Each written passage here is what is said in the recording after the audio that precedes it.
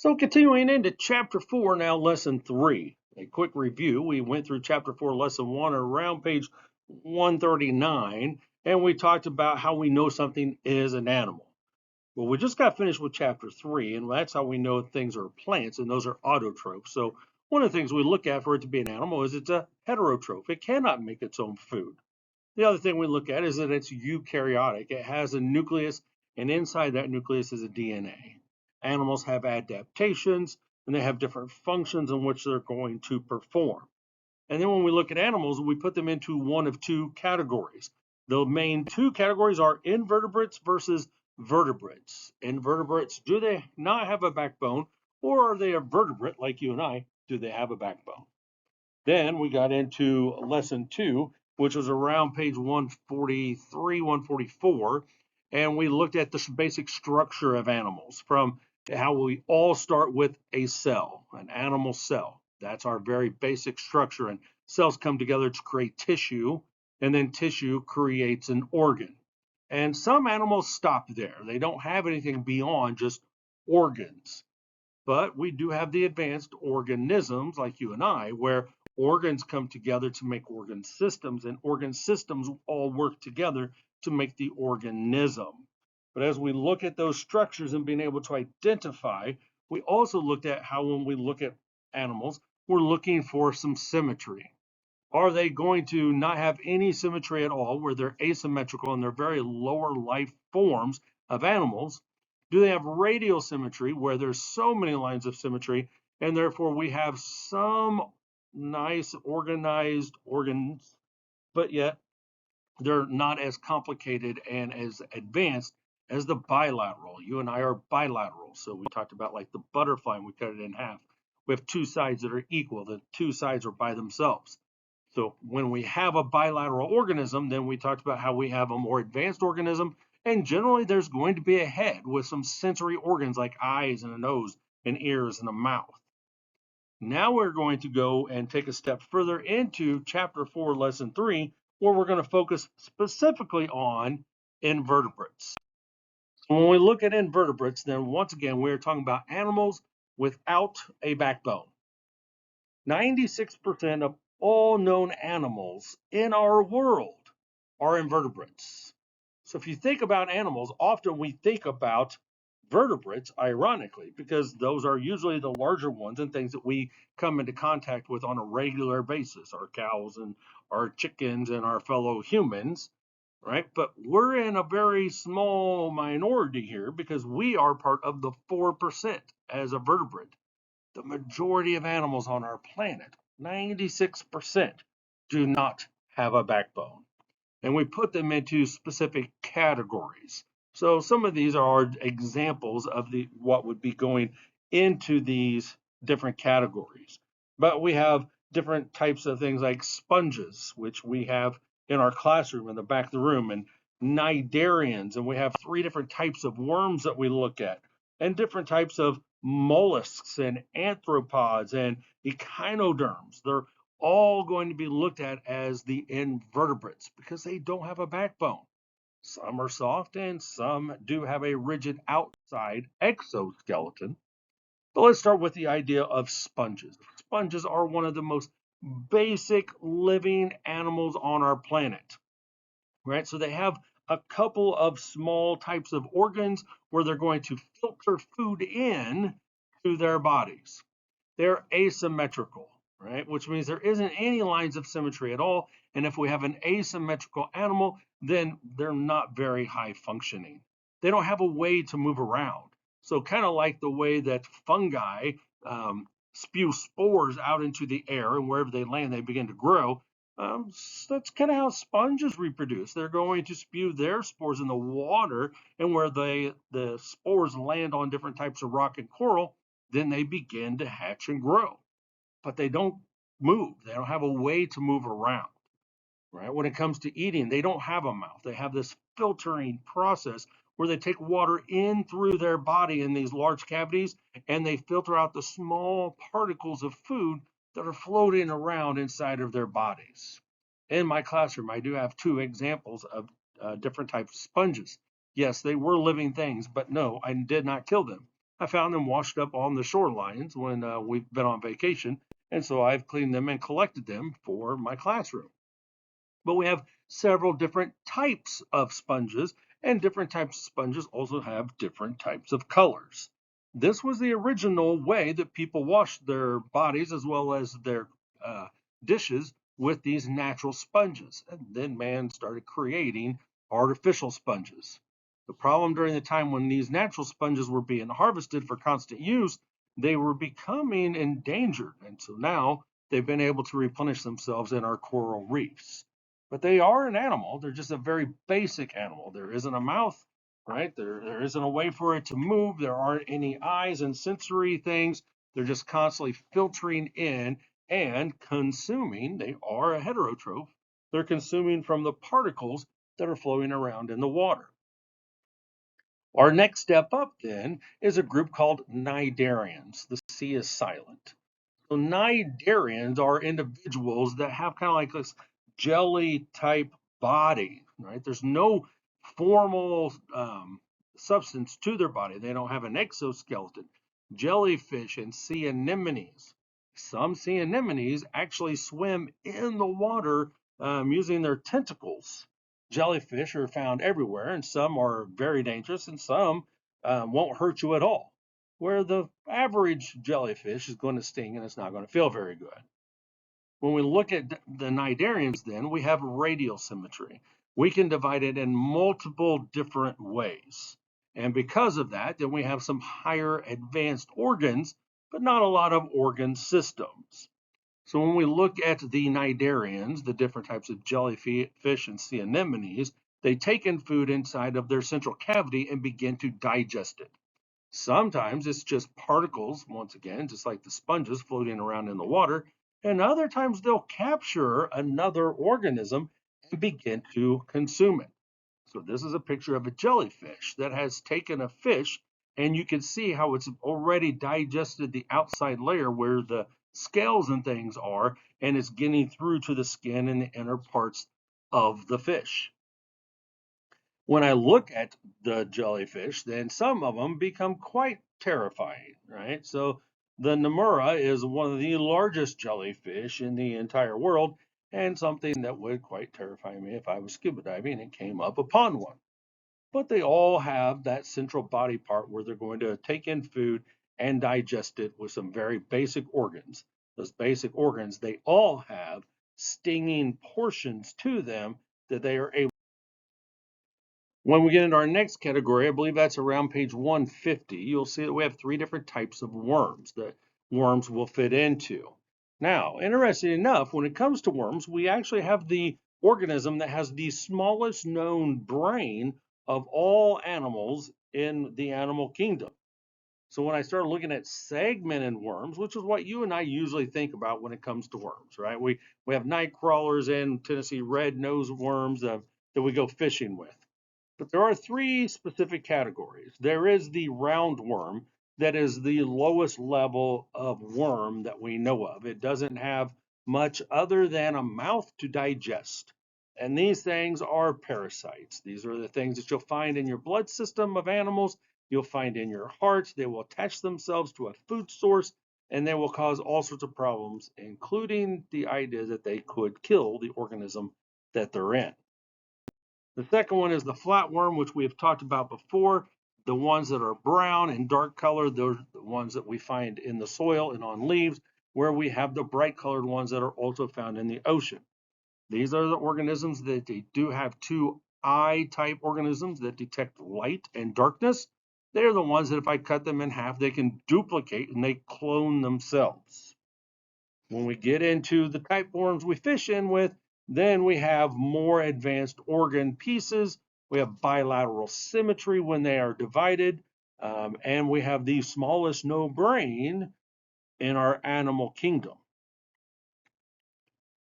When we look at the page that they're on, it is page 150, then we just want to be able to look at our different types of worms and be able to identify which grouping they're in. So in our phylum that we're looking at, right, then the top right, those are our parasites. Specifically, it's a hookworm because it does have a hook that it attaches inside of the host that it's living on, and it's kind of hard to get rid of them. But then we also have the segmented worms, which is what we go fishing with. That particularly is a night crawler. And then we have the planarian, which is the flatworms, and they can be brown or they can be bright colored depending on where they live, which habitat that they are surviving in. Then we go into the mollusks, and the mollusks is quite an interesting group, and they have a lot of variety to them.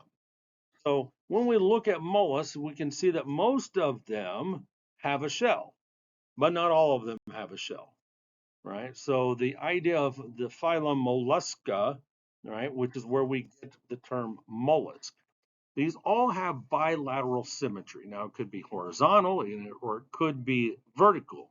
But when we start looking at them, they have different types of sensory organs, and they have the ability to have brains.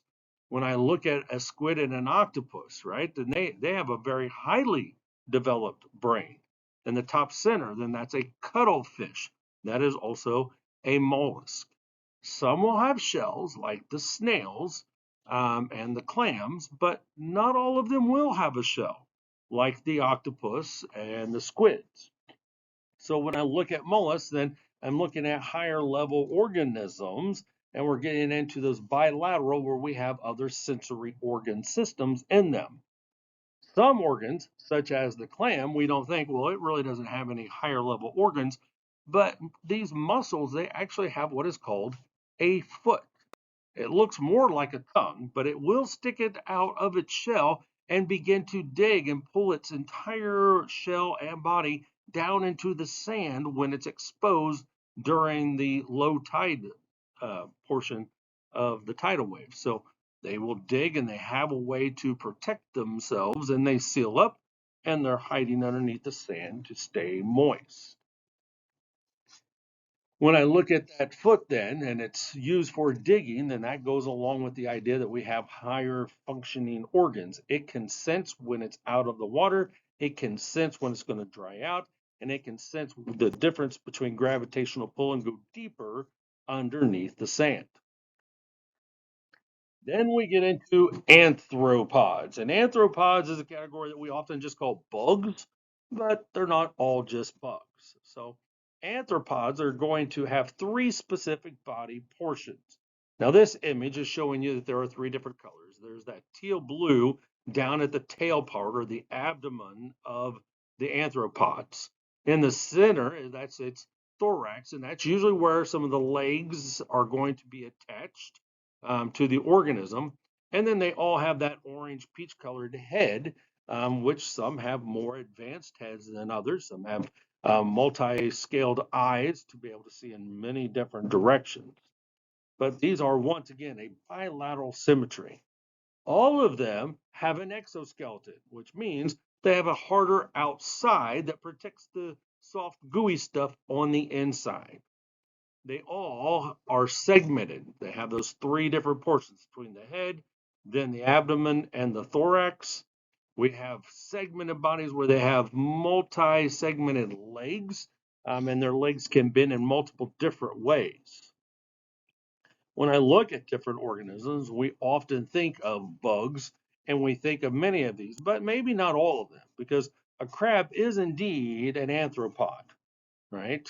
You have those big giant pill bug type things down at the bottom of the ocean.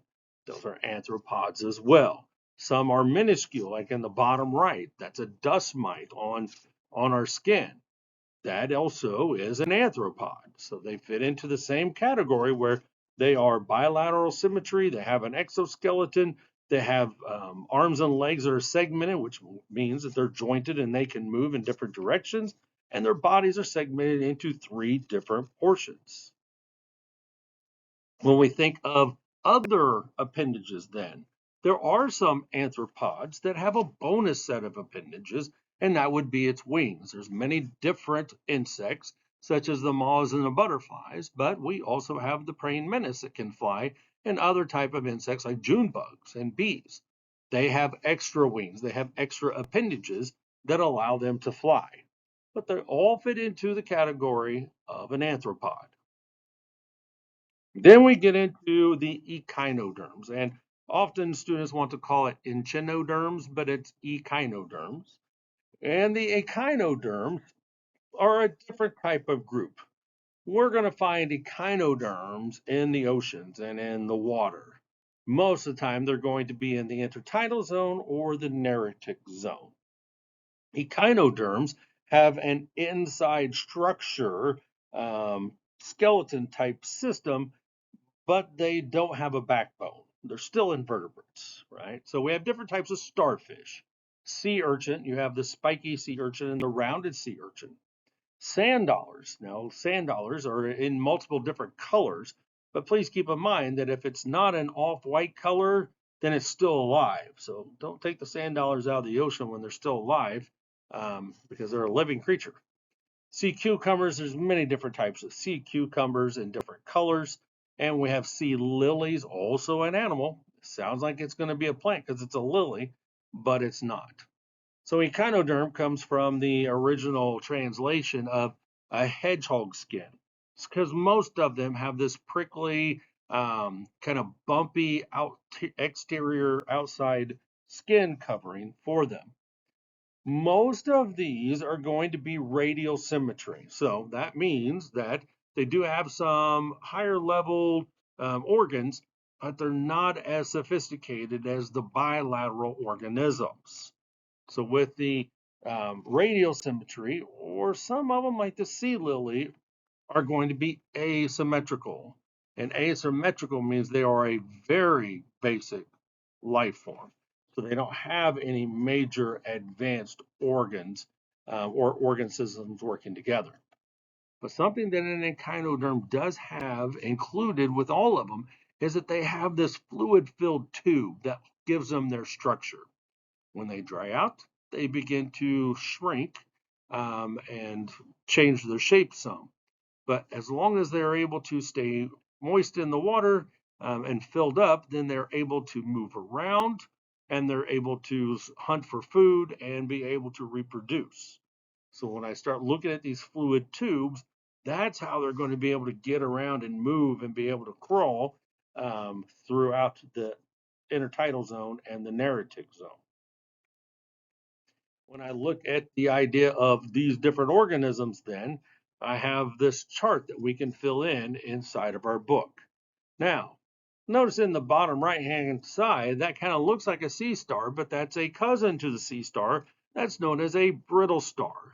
In the center left, you can see a sea star, and that's generally what we think of, and that's what Patrick is based off on SpongeBob. They're usually fatter arms, but these brittle stars, same type of shape, same type of structures, but their arms are really thin and really delicate. When it comes to these specific individuals, then in the echinoderms, then we start talking about things that they have in common, right? So when we look at their shape, we can look at anything that might be similar or might not be similar. So when we talk about the sea cucumber in the top right, it's bumpy, but it's usually long and round, and all sea cucumbers are going to be long and round. Where the sea star in the middle left, it is star shaped. It's got short, kind of fat, chubby arms.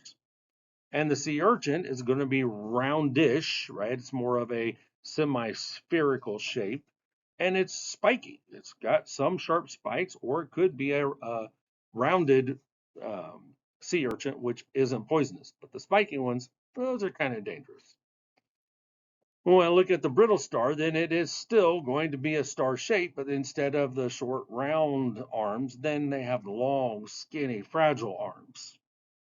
So when I start looking at their symmetry, then I can see, as we talked earlier on in the previous lesson with the red sea star, we have sea stars that have radial symmetry. They can be divided in multiple ways. So they do have some basic organs and some organ systems, maybe, but not a lot of organ systems that are going to work together that allow for sensory organs like eyes and nose and ears. When I look at the sea urchin, it's asymmetrical, meaning there's not really any way to divide a sea urchin with all of its spikes. So it is extremely basic when it comes to it being a living invertebrate. And then when we get into the brittle stars, then once again radial. So it's higher level of organization and organs that can divide. So how are cnidarians going to be alike? So cnidarians, right, they all have stinging cells, they all have body cavities, and they all have radial symmetry, which is what I had on the slide. So that's going to be true for all cnidarians. So if I see an organism and I see it listed as a cnidarian, then I know it's going to have those three things that are true. It's going to have radial symmetry, so it's going to be basic organism, but have some higher leveled organs. It's going to have an open body cavity, and that's where it's going to take in its food and be able to digest it. And they all have those stinging cells to use as protection. Well, how can I then, part B says, well, how can I tell the phylum of a worm? We'll have to look at what type of worm it is, right? A flatworm is going to be flat. A roundworm is going to be just round, and a segmented worm is going to be segmented. So I'm specifically looking at the type of body form that it has to be able to put it into one of those three categories.